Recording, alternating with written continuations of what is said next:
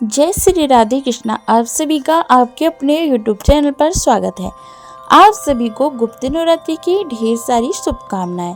आज गुप्त नवरात्रि का 5वां दिन है। आज हम माता छिन्नमस्ता की कथा का श्रवण करेंगे। ओम श्री दुर्गा देवी नमः। आज के दिन माँ छिन्नमस्ता की पूजा करने का नियम है। तंत्र शास्त्र में देवी छिन्नमस्ता की उपासना से समाज में प्रसिद्धि मिलती है। माता छिन्नमस्ता की पूजा में यदि कोई कमी की जाती है तो वह विपरीत फल देने वाली भी है। यही कारण है कि आप लोगों के लिए इनकी साधना को उपयुक्त नहीं माना गया है। देवी छिन्नमस्ता की पूजा करने से मनुष्य को समाज में सम्मान और प्रतिष्ठा प्राप्त होती है और साथ ही सुख और समृद्धि का वरदान मिलता है। माँ छिन्नमस्ता की पूजा करने से न केवल अपनी उन ऊर्जा को नियंत्रण कर सकते हैं बल्कि आध्यात्मिक ऊर्जा को भी बढ़ा सकते हैं। देवी अपने साधक को ज्ञान, समृद्धि, विजय, स्वास्थ्य और धन का आशीर्वाद देती है। छिन्नमस्ती का पूजा उन लोगों के लिए बहुत प्रभावी है जो बांझपन, यौन रोग और रीढ़ से संबंधित समस्याओं का सामना कर रहे हैं। माँ छिन्नमस्ता की पूजा व्यावसायिक हानि से उभरने में भी मदद करती है। माँ छिन्नमस्ता की पूजा से समृद्धि, स्थिरता और लंबे जीवन के साथ साथ और भी अनगिनत लाभ होते हैं। कुंडलिनी जागरण से संबंधित अनेक साधनाओं में से एक साधना है माँ छिन्नमस्ता को प्रसन्न करना। चित्र में माँ को अपना ही खून पीते दिखाया गया है, जो कि इस तथ्य को दर्शाता है कि माँ अपना ही रक्त पीकर सफल रहती है। ठीक इसी प्रकार जीवों में विराजमान कुंडलिनी शक्ति उनके स्वयं के रक्त से ही पोषित होती है। कुंडलिनी शक्ति जागृत होने पर माया का प्रभाव क्षीण हो जाता है। संभवतः यही कारण है कि माँ को निर्वस्त्र दिखाया गया है। देवी के पांव के नीचे कामदेव तथा रति है, जो काम ऊर्जा का प्रतीक है। यही काम ऊर्जा ऊर्ध्वगामी होने पर भी प्रज्ञा रूपी कमल खिलता है और साधक अपनी असीम संभावनाओं को उपलब्ध होता है।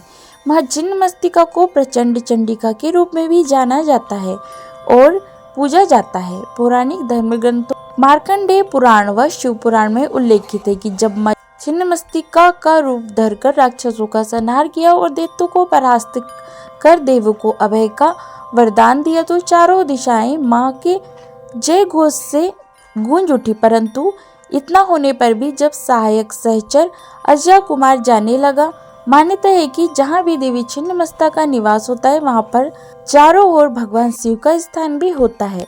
अब आइए सुनते हैं माता छिन्नमस्तिका की कथा। एक बार माँ छिन्नमस्तिका अपनी 2 सहचर के संग मंदाकिनी नदी में स्नान करने के लिए गई। स्नान के पश्चात माँ की दोनों सहचर को बहुत तेज भूख का आभास होने लगा। सहचर ने भोजन के लिए भवानी से कुछ मांगा। माँ ने कुछ देर प्रतीक्षा करने को कहा। सहचरों की भूख बढ़ती जा रही थी। कहते हैं कि भूख की पीड़ा से उनका रंग काला होता जा रहा था। तब सहचर ने नम्रता पूर्वक माँ से कहा कि माँ तो भूखे शिशु को अविलंब भोजन प्रदान करती है। ऐसा वचन सुनते ही भवानी ने बिना एक भी क्षण गंवाए खड़ग से अपना ही सिर काट दिया। कटा हुआ सिर उनके बाएं हाथ में आ गिरा और 3 रक्त धाराएं बह निकली। 2 धाराओं को उन्होंने सहचर की ओर प्रवाहित कर दिया। तीसरी धारा जो ऊपर की ओर बह रही थी उसे देवी स्वयं पान करने लगी। अब माँ की दोनों सहचर रक्त पान कर तृप्त हो गई थी। मान्यता है कि तभी से माँ को छिन्नमस्ता के रूप में जाना जाने लगा और माँ इस छिन्नमस्तिका नाम से विख्यात हो गई। माँ को अपने भक्त अत्यंत प्रिय है। भक्तों के लिए वात्सल्य की प्रतिमूर्ति है। माँ यदि भक्त के लिए माँ को अपना सर भी काटना पड़ जाए तो माँ देर नहीं करती, अपना लहू पिलाकर भी भक्तों को नया जीवन प्रदान करती है। माँ छिन्नमस्तिका की महिमा की कई पुरानी कथाएं प्रचलित है। प्राचीन काल में छोटा नागपुर में रज नामक एक राजा राज्य करते थे।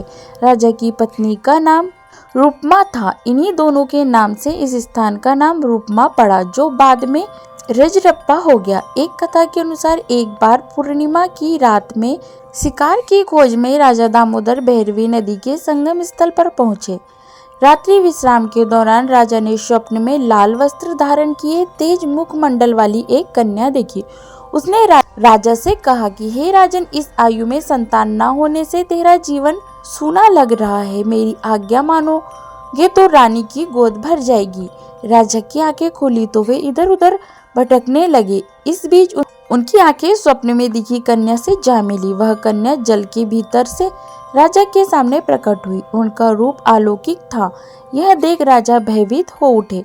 राजा को देखकर वह कन्या कहने लगी, हे राजन, मैं छिन्नमस्तिका देवी हूँ। कलयुग के मनुष्य मुझे नहीं जान सके हैं, जबकि मैं इस वन में प्राचीन काल से गुप्त रूप से निवास कर रही हूँ। मैं तुम्हें वरदान देती हूँ कि आज से ठीक 9 महीने बाद तुम्हें पुत्र की प्राप्ति होगी। देवी बोली, हे राजन, मिलन स्थान के समीप तुम्हें मेरा एक मंदिर दिखाई देगा। इस मंदिर के अंदर शिलाखंड पर मेरी प्रतिमा अंकित दिखेगी। तुम सुबह मेरी पूजा कर बलि चढ़ाओ। ऐसा कहकर छिन्नमस्तिका अंतर ध्यान हो गई। इसके बाद से ही यह पवित्र तीर्थ रजरप्पा के रूप में विख्यात हो गया। तो प्रेम से बोलिए माता छिन्नमस्तिका की जय। तो आशा करती हूँ जानकारी आपको अच्छी लगी होगी। इसी प्रकार से ज्ञानवर्धक जानकारियाँ प्राप्त करते रहने के लिए, व्रत पूजा के बारे में जानने के लिए, कथा सुनने के लिए अगर आप चैनल पर पहली बार आए हैं तो चैनल को लाल बटन दबा करके सब्सक्राइब करें। साथ में बेल आइकन भी प्रेस करें ताकि हमारे आने वाले वीडियो का नोटिफिकेशन आपको समय पर मिलता रहे। जय श्री राधे कृष्णा। धन्यवाद।